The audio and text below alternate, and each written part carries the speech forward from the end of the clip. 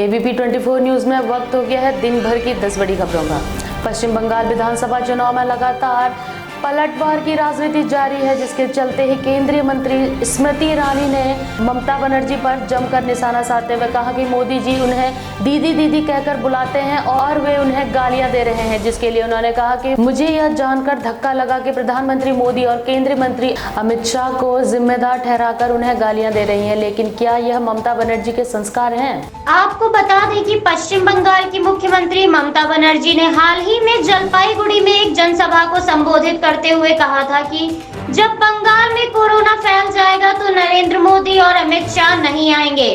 वो यहाँ बाहरी लोगों को ला रहे हैं और कोरोना फैलाने के बाद भाग जाएंगे, जिसके बाद से भाजपा के कई नेताओं ने ममता बनर्जी पर जमकर निशाना साधा, जिसमें सबसे पहले भाजपा के राष्ट्रीय अध्यक्ष JP नड्डा ने ममता बनर्जी को कोसते हुए कहा कि दीदी की टिप्पणी पूरी तरह से विवाद से भरी हुई है। इसी के साथ केंद्रीय मंत्री स्मृति ईरानी ने भी ममता बनर्जी पर संस्कारों को लेकर जमकर हमला बोलते हुए कहा कि वो सार्वजनिक मंच पर हमारे नेताओं को गालियां दे रही हैं, जबकि प्रधानमंत्री मोदी उन्हें दीदी दीदी कहकर बुलाते हैं। क्या यही ममता बनर्जी के संस्कार हैं?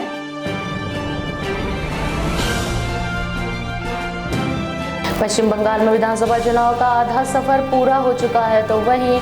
अब 5वें चरण के मतदान में उत्तर बंगाल और दक्षिण बंगाल के कुल 6 जिलों में 45 सीटों पर चुनाव होगा, जिसमें करीब 342 प्रत्याशियों की किस्मत का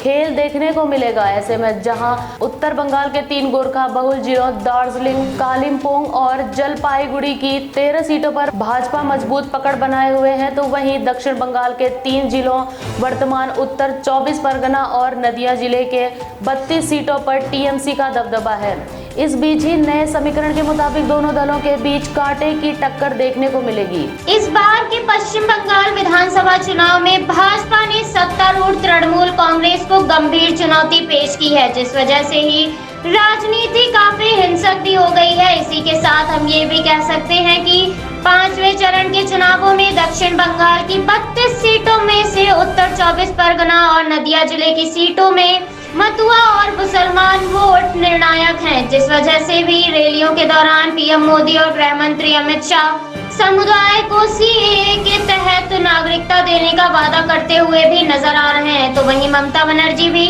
मतदाताओं को लुभाने का कोई भी मौका छोड़ना नहीं चाह रही, जिसके चलते उन्होंने चाय बागान मजदूरों के लिए केंद्र से 1000 करोड़ के पैकेज का बजट में प्रावधान करने की सिफारिश की और साथ ही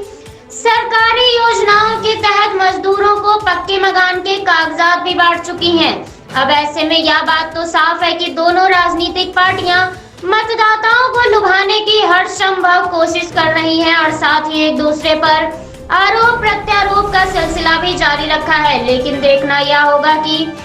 विधानसभा चुनावों में किसकी सत्ता आती है और किसकी नहीं। साथ ही जिस तरह से 4 चरणों के मतदान संभव हुए हैं, उसी को मद्देनजर रखते हुए ये भी देखना होगा कि क्या 5वें चरण का मतदान भी हिंसा से भरा हुआ होगा।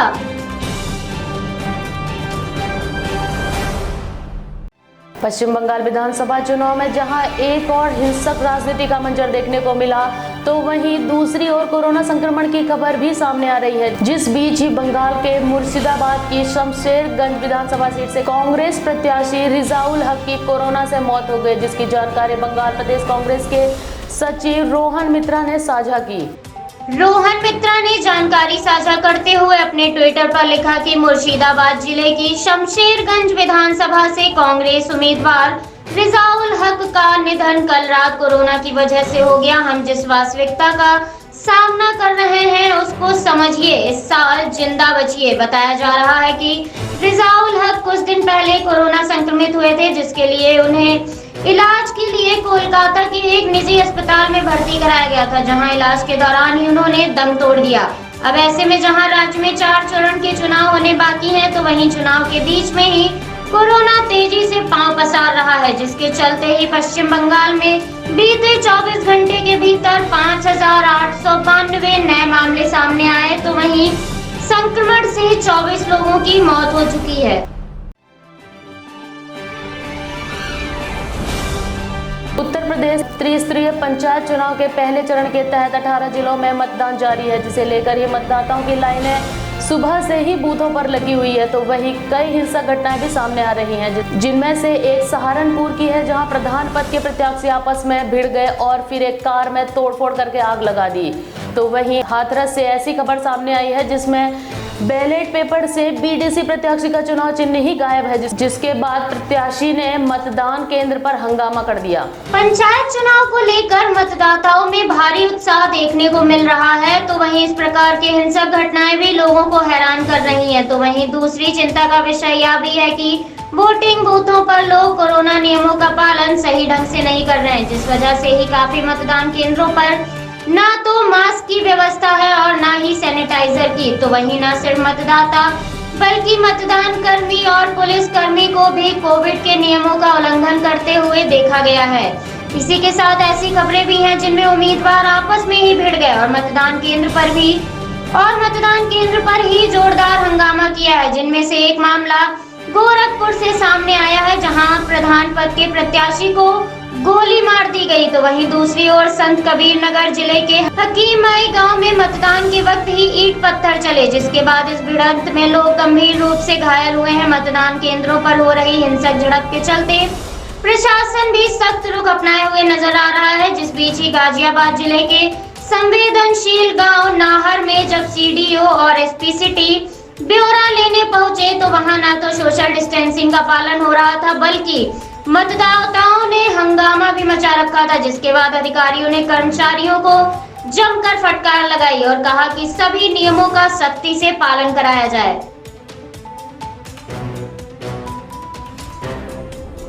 सुप्रीम कोर्ट ने सरकारों पर टिप्पणी करते हुए कहा कि हर स्तर पर शिक्षा तक पहुंच बनाना राज्य सरकार का दायित्व है। भले ही उच्च शिक्षा पाना मौलिक अधिकार नहीं है, लेकिन इस तक पहुंच बनाना सरकारी एहसान भी नहीं है। कोर्ट ने यह टिप्पणी करते हुए कहा कि सरकार का यह दायित्व होना चाहिए कि जिन छात्रों को उनकी गुणवत्ता वाली शिक्षा सिर्फ उनके जाति, वर्ग, लिंग, धर्म और भौगोलिक क्षेत्र के कारण बाधित हो रही है, उन्हें सरकार को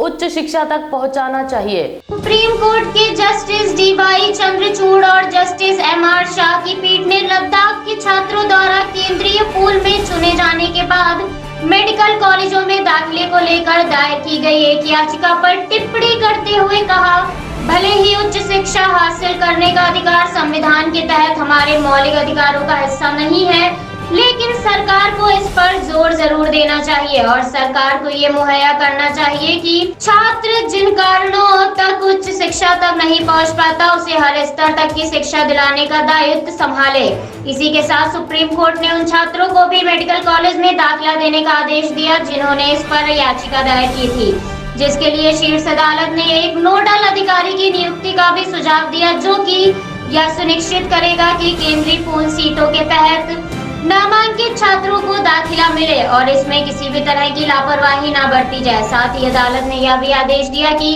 दाखिले की औपचारिकताओं को 1 सप्ताह के भीतर ही पूरा किया जाए।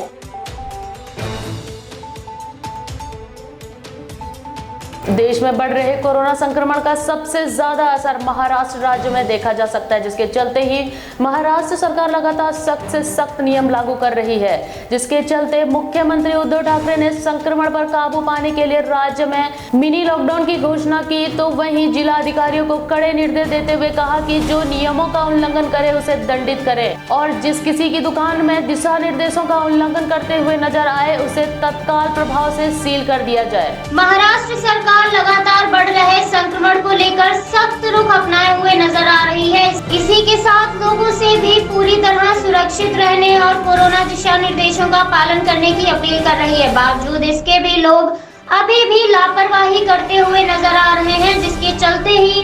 पहले तो मुख्यमंत्री ने राज्य में मिनी लॉकडाउन की घोषणा की। इसी के साथ मुख्यमंत्री ने जिला अधिकारियों को सख्त निर्देश देते हुए कहा, जो भी दिशा निर्देशों का उल्लंघन करे उस पर तत्काल प्रभाव से कार्रवाई की जाए और दुकानों में अगर निर्देशों का पालन नहीं होता है तो उसे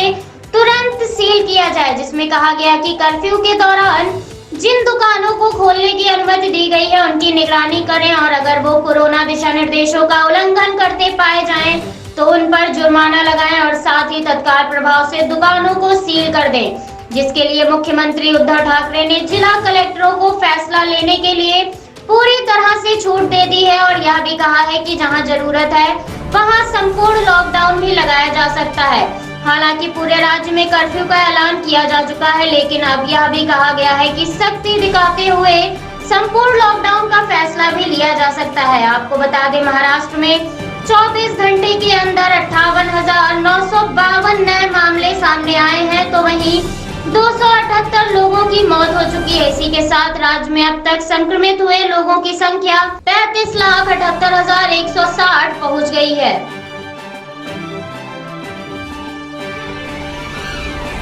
कोरोना संक्रमण की दिन पर दिन बेकाबू होते जा रही दूसरी लहर ने अब तक के सभी रिकॉर्ड तोड़ दिए, जिसके चलते हालात बहुत ही ज्यादा गंभीर हो चुके हैं। जहां एक दिन में मिलने वाले संक्रमण के मरीजों का आंकड़ा सभी रिकॉर्ड तोड़ 2 लाख के पार पहुंच गया है। देश में बीते 24 घंटे के अंदर 2 लाख से ज्यादा नए मरीज मिले हैं, तो वहीं 1038 लोगों की संक्रमण से जान जा चुकी है। संक्रमण का आंकड़ा 24 घंटे के अंदर ही 2 लाख के पार पहुंच जाने के बाद स्थिति बेहद गंभीर हो चुकी है, जिसके चलते बिगड़ते हालातों को देखते हुए लॉकडाउन लगने की आशंका भी जताई जा रही है। तो वहीं स्वास्थ्य मंत्रालय से प्राप्त जानकारी के अनुसार बीते 24 घंटे में 2,07,39 कोरोना मरीज मिले हैं, जिससे संक्रमण के मामले बढ़कर 1,40,74,564 पहुंच गए हैं। 1,038 लोगों की मौत होने के बाद मरने वालों की संख्या 1,73,123 हो गई है। इसी के साथ देश में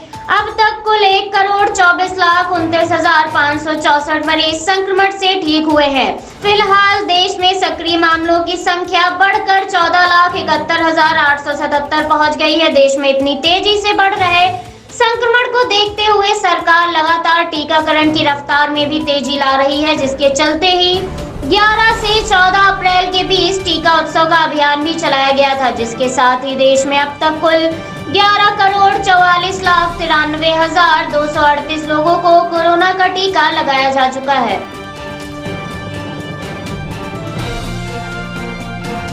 आईपीएल में रॉयल चैलेंजर्स बेंगलुरु और सनराइजर्स हैदराबाद के बीच खेले गए मैच में वैसे तो हैदराबाद को जीत काफी आसानी से देखी जा रही है, लेकिन बेंगलुरु में गेम को पूरी तरह से पलट दिया गया, जिसके बाद हैदराबाद के 6 रनों से बेंगलुरु से मात खा गई, जिसमें बेंगलुरु के शाहबाज अहमद ने 1 ओवर में 3 विकेट लेकर मैच की तस्वीर को ही बदल दिया और हैदराबाद को बुरी मात खानी पड़ी। सनराइजर्स हैदराबाद और रॉयल चैलेंजर्स बेंगलुरु के बीच खेले गए मैच में ग्लेन मैक्सवेल ने 41 गेंद में 59 रन के दम पर आरसीबी ने पहले बल्लेबाजी करते हुए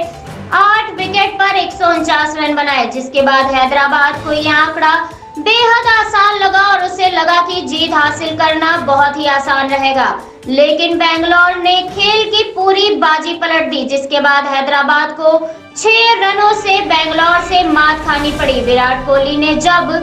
स्पिनर शाहबाज अहमद के हाथ में गेंद थमाई तो एक ही ओवर में 3 विकेट लेकर बेंगलुरु ने हैदराबाद के होश उड़ा दिए, जिसमें पहली गेंद पर बेयरस्टो ने 12, दूसरी पर मनीष पांडे ने 38 और आखिरी गेंद पर अब्दुल समाद 0 पर आउट हो गए, जिसके बाद हैदराबाद के जीत हासिल करने के सारे रास्ते बंद हो गए और रॉयल चैलेंजर्स बेंगलुरु ने मैच अपने नाम किया।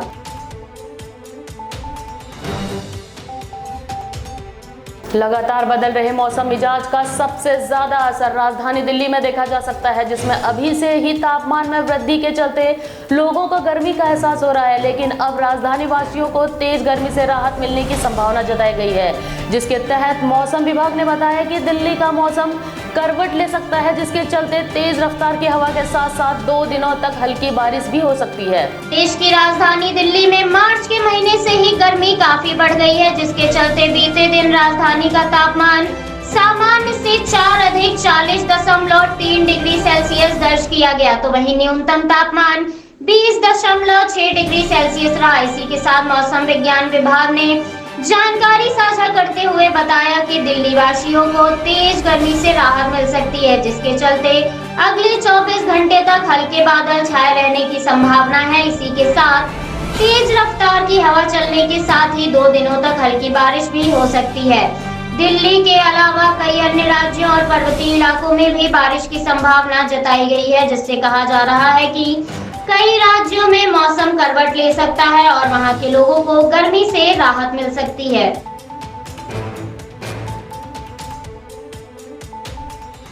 केंद्रीय गृह मंत्री अमित शाह द्वारा हाल ही में दिए गए एक बयान पर